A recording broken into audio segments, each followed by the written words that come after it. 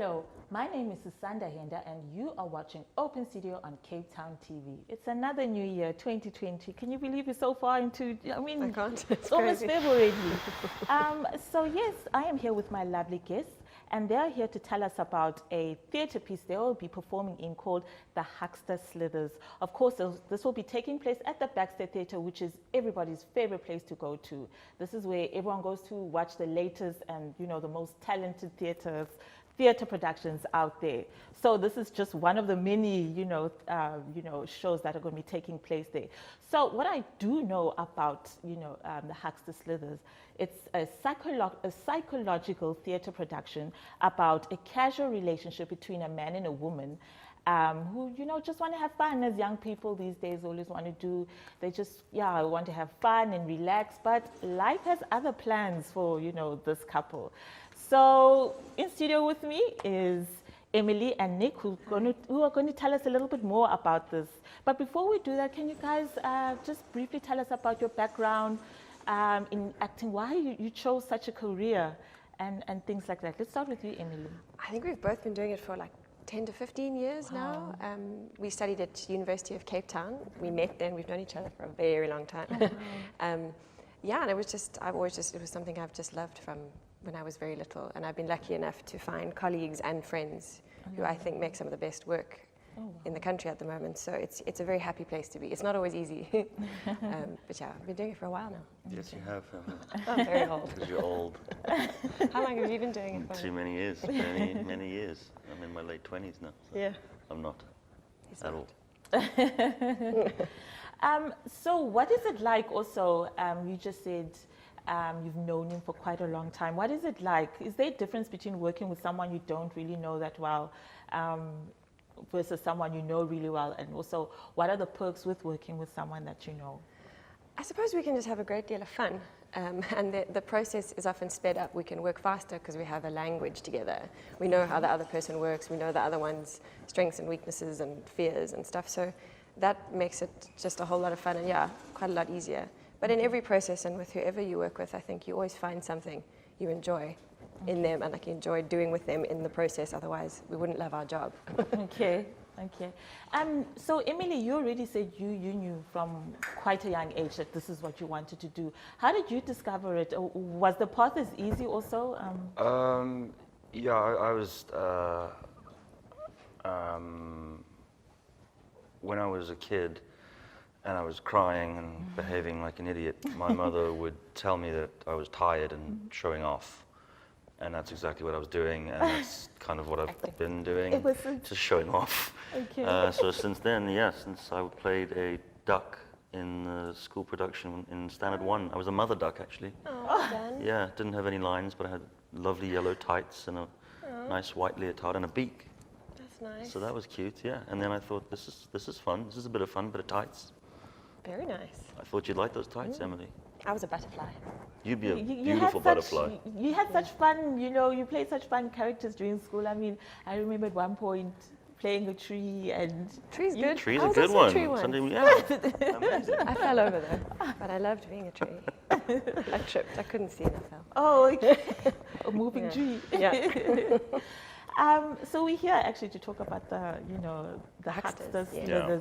Tell us a bit about the name. It's a very intriguing name. I mean, already one is like, what's this about? Like, what does it mean? And well, the word huckster means like a salesperson or someone who can do some dodgy deals, not always an honest salesperson. Yeah, like a trickster. Trickster. Someone who's, as you say, not sort of necessarily what you see at face value is not necessarily what they are or what they are selling or trying to achieve is not necessarily honest. So it's I suppose a dishonest? Dishonesters would be another name. A terrible name. Yeah, because the players, a lot of it, the theme is, I guess, about the lies people tell each other and themselves in order to exist in a present moment, and the way they manipulate those lies to overpower each other. And so memories as well, sorry to interrupt, but then how you manipulate what happened in the past, how people sort of remember things differently and how that informs who they are in the present. which is actually exactly what you just said. I Yes. just said exactly what you said in a different word. So good. You But keep talking. I It want is, to shut it up. is something I think everyone can relate to. Yes. It's a little piece of everyone, I feel, like how our past informs our present and how we manipulate those memories to serve us now.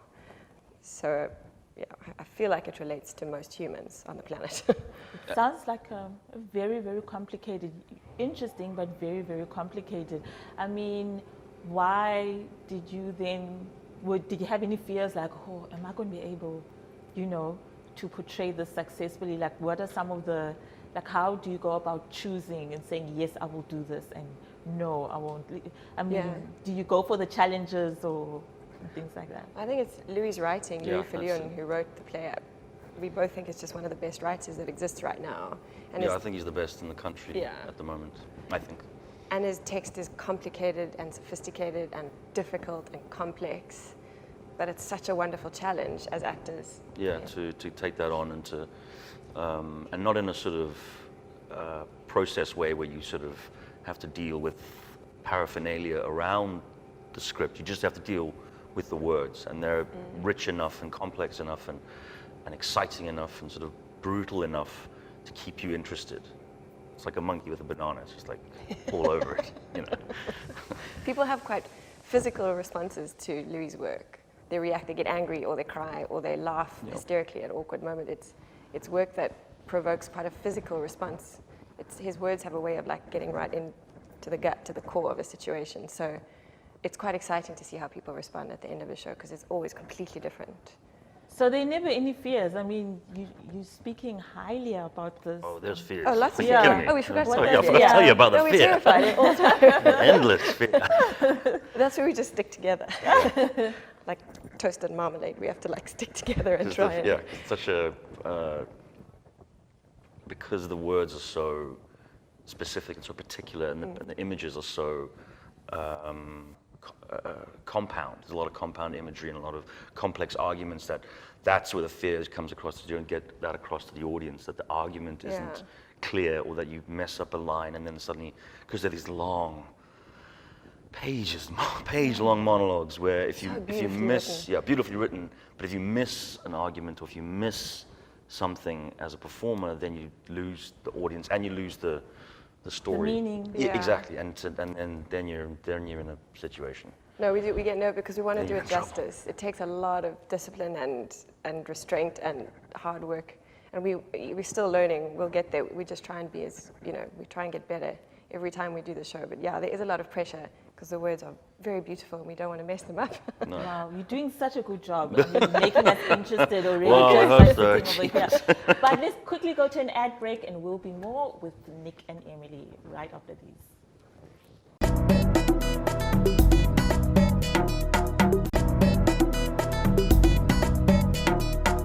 Welcome back. I mean, I'm having, the best time with these two talented performers who are going to be acting in a piece called The Huckster Slithers. It's Emily and Nick.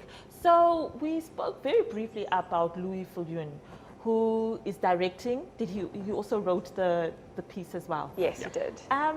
What was it like? Because I see that he's really accomplished, and what is it like working with such a heavyweight? I'll go first, shall I? A heavyweight, not heavyweight, but Oh, no, just no, want no, to we be know. clear there.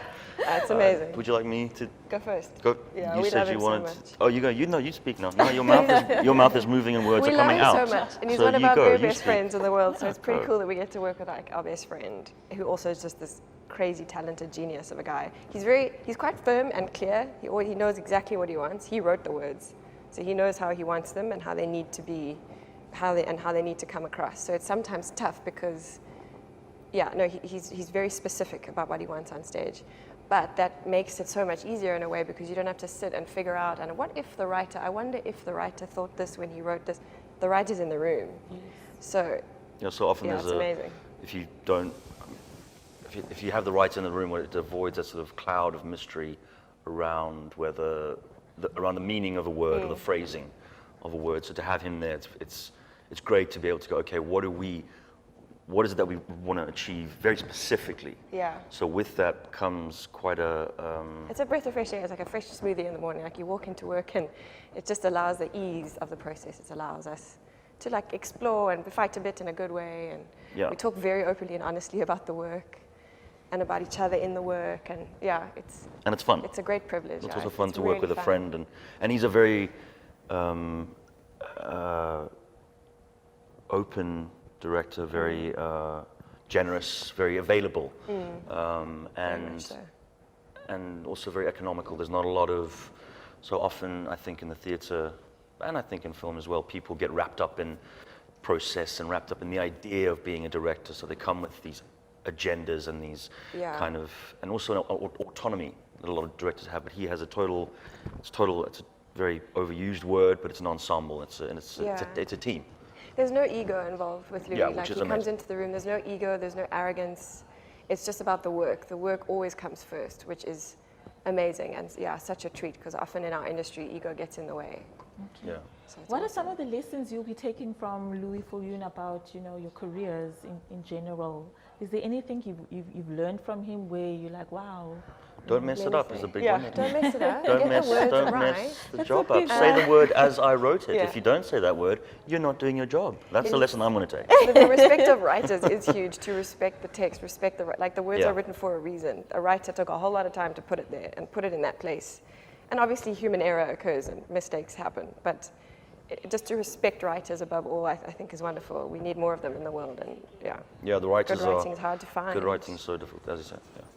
So the writers need to be taken care of, I think, in every sort of respect. But to take care with the words, take care with what's been put down, Yeah. I think is important. And that's what Louis sort of shown.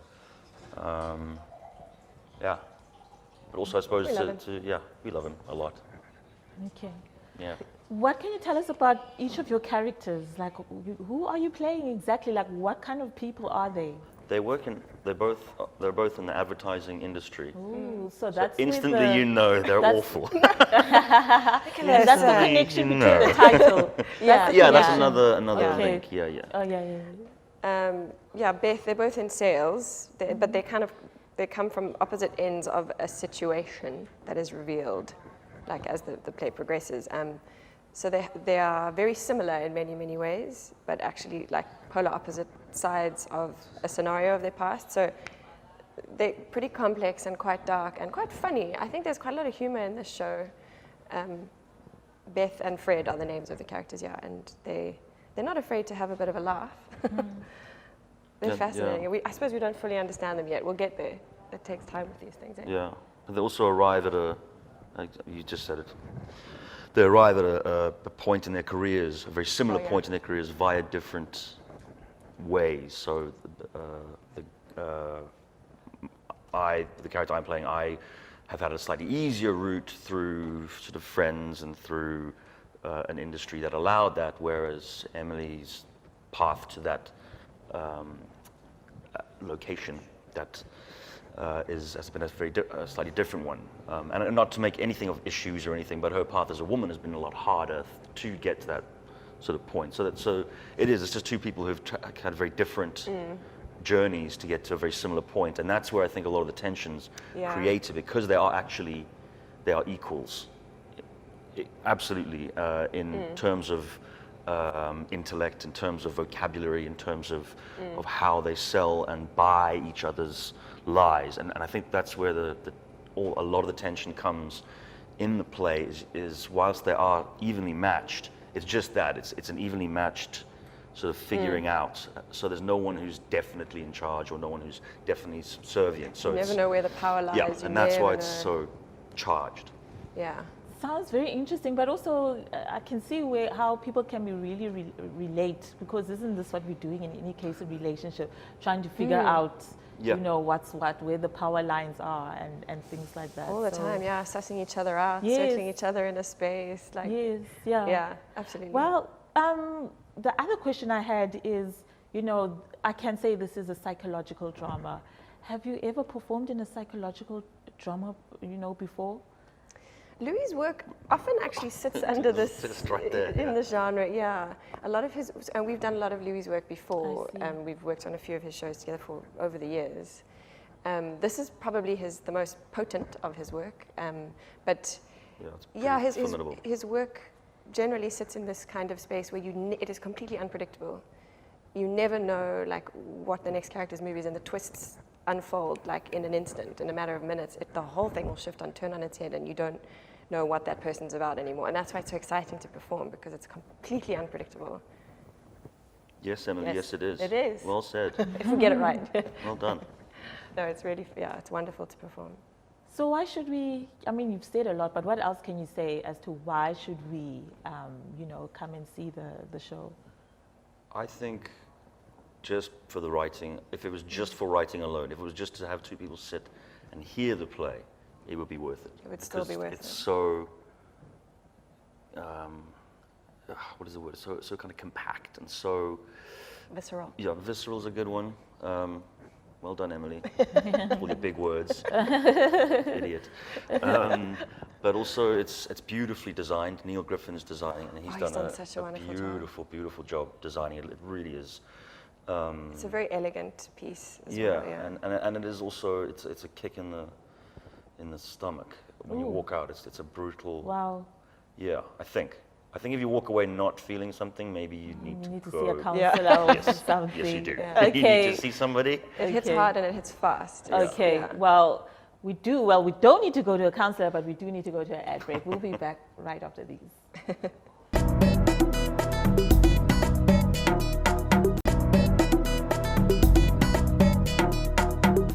Welcome back on Open Studio. You're still with us. If you only tuning in now, you missed out on so much, but you can still catch, the last bit of Open Studio. So, I mean, this play, the more you talk about the Huckster Slithers, the more interested I get into it. But what does, the Huckster Slithers explore about human relationships, especially casual relationships between men and women? Like, what can you tell us about what this play is trying to say? I suppose that it's always a lot more complicated than you think, and that people come with worlds of baggage of their Galaxies own. Yeah. of baggage. And to never underestimate that person in a moment, in a space, that everyone has a lot more behind them and in them than you recognize. Yes, at face value, yeah. Yeah, and that people enter a space equally as complex. Yes. Yeah, and never to take that for granted, I guess. Yeah, and I agree, and I think that to say something is, we use the phrase a casual encounter, but this play shows, I think, or is an example, that is like we're saying, that no encounter is actually ever casual, ever. Even if it's just an interaction with a clerk, you don't know what their day has been like, you don't know what their family's like, they don't know. So no interaction actually is ever casual, and least of all a sexual encounter. And Yeah. this brings that very sort of starkly to the into the psyche, I think. Yeah, I don't know. Yeah, it makes you look at being in it. It makes you look at the world a little bit differently. You go and you Yeah. buy a pair of earrings. All of a sudden, the person you're buying from is maybe not the person that you thought they were. It does Yeah. make you question Yeah, exactly. and consider the world a little differently. And they can just pull the carpet right from under your feet, and you just don't know. because it's- Yeah, the unpredictability of the universe right now. That we should always remember. Yeah. Yeah, I mean, it's not a like message play necessarily at all. There's no sort yeah, of. it's not preaching. It's not saying. It's not in any way suggesting how one should, but it just shows that that interactions between people, as you said, you never underestimate human beings, no matter what they look like, where they seem to. I think it's about what seems and what is. So whatever seems to be is never Yeah.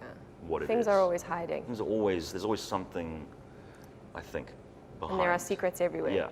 Yes. Yeah. Secrets everywhere. Well done. Again. You said it. I would love to ask, what is it like being a part of this production where it's been so highly acclaimed? There've been a lot of good reviews. I know I spoke about pressure, but does it come knowing that there's all these people really, really admiring the work that you've done, and you are part of this?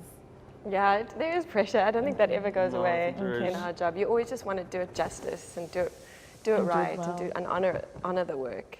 I think what helps for me is that I know the script is good.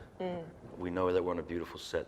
I know that Emily sometimes is good, and then sometimes drops the ball. Sometimes no, but I know no. But to go on for me personally, I know that no matter that there's a support. So Yeah. any of that pressure, a lot of that pressure is absorbed by the fact that I know that Emily's got my back. I know that Louis, the writing will hold us. The set is beautiful. You trust And, each other yeah, and completely, we do- so and you we're just having got to fun. let it go. So, Yeah, So that's a big that's true. relief. We have a grand old time. We have a fun time afterwards.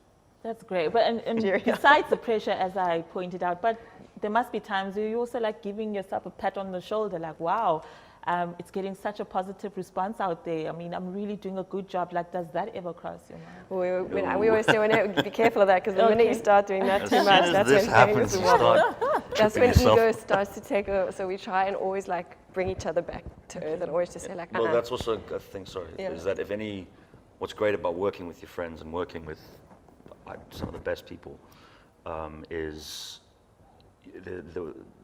the work is so important. There's no room for ego. And as soon as ego comes in, someone's going to go, oi.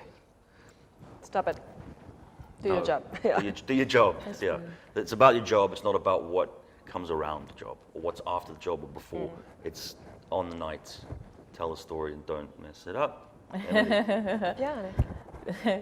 So, I mean, a lot of the time, the actors, the performers become the face of a show. But, it takes a whole team, and no one really acknowledges Absolutely. what effort, other team members, like who else is involved. And I'm sure Yeah. you guys know how important their effort is. Like, Well, it's what amazing. does it take? What does it take? Like, how big is the team? Like, Well, the whole of the Baxter has been incredible. Oh, wow. Lara Foot came to watch the show at a smaller theatre, Alexander Bar, last year, and loved the show, and immediately offered us a spot in the theatre. And that support system, knowing that an entire theatre centre is behind you, so there's marketing, there's beautiful spaces for sets to be built, for Neil to work and paint and design. Like, Yeah, it's it's from incredible. We're everywhere. so grateful to the Baxter. Yeah. It's really wonderful how they support independent theatre that way. Yeah, because and then there's people who There's clean. maintenance and cleaning Front of and house. front of house and ushers and It's barmen and women and yeah, it's just an amazing. I mean, today they're putting everything up in the theatre. It's a whole crew, lights, Yeah. sound, Operators, someone to operators, everyone kind of making us look better than we are, and the makeup. making us look much better than we actually are as human beings. For every show, there's at least another 50 people that you don't see that are Yeah. making that show exist. Everything online has come from a whole marketing team that's yeah. considered and looked and designed, and it's amazing. That's why we never try to let ego get in the way, because you're always part of a much bigger system, a much bigger thing. Okay, we are reaching a close to the show, but not quite yet. So before that happens, so can you tell us, when is this taking place? When from when? Is there a cover charge? How much is it to get in? And then where? And then, where we can go if we have queries. We open on the 22nd, this Wednesday, and we run until the 1st of February. Yeah, I think it's 8 o'clock every night at the Studio Theatre in the Baxter Theatre Complex. It's Golden upstairs, Arrow the Studio, Golden yeah. Arrow Studio. All the details about how much tickets are, it changes from day to day. That's all on their website, on the Baxter website. And we run Tuesday to Saturday for the next 2 weeks. So it's quite a Two short on a run. Saturday. Two on a Saturday. We have two on Saturday Saturday. matinee in the afternoon if you want to have a Yes. rough afternoon out. But yeah, so it's a solid 2 weeks, but booking is kind of essential because it's a short run. So that's us, yeah. Okay. And just one more last thing to sell. I mean, I'm already sold, but if there's anyone who's still a bit weary, what would you say as to why they should come and see the show? Oh, we must mention before that there's an age restriction. Oh, of okay, 18. okay. There we go. That's a good important. reason as well. But yes, that will entice people. I think if you just want a good old-fashioned entertainment, like Yeah. riveting, Like the old days. yeah. And I think, and not in any way to belittle any other sort of message-based. There is so much message, so many messages, so many sort of things that people are taking away from sort of theatre and people I think just want to escape. And this is a good opportunity not to have to walk away wondering about whether or not you're a good human being. Is that right? Yeah, am there's I, no am I judgment. lying? No, Did I there's lie? no judgment in this place. Did I just lie? It's just like I lied into that camera. I told a big lie. it's like eating a chili, like a really hot chili. You know, you Yes. eat it and it's delicious, but it's really, really hot, and you keep eating it because it's so hot and but then when you stop eating it and you run out, it burns in your Yes. mouth. You get It's a left with that very like, good. and it's that afterburn is like the after effect. So it's Okay. strong, but you love it. All right, guys, we have to wrap up. We run out of time. Thank you so much. Yes, those were my two guests, Emily and Nick from the Baxter Theatre, who will be performing in the Huckster Slithers. And yeah, we're going to hear more about that. I mean, we will definitely follow them up. Well, that's all we have on Open Studio today. So do catch me next time from Open Studio. This is Susana Hinda saying goodbye. Thank you.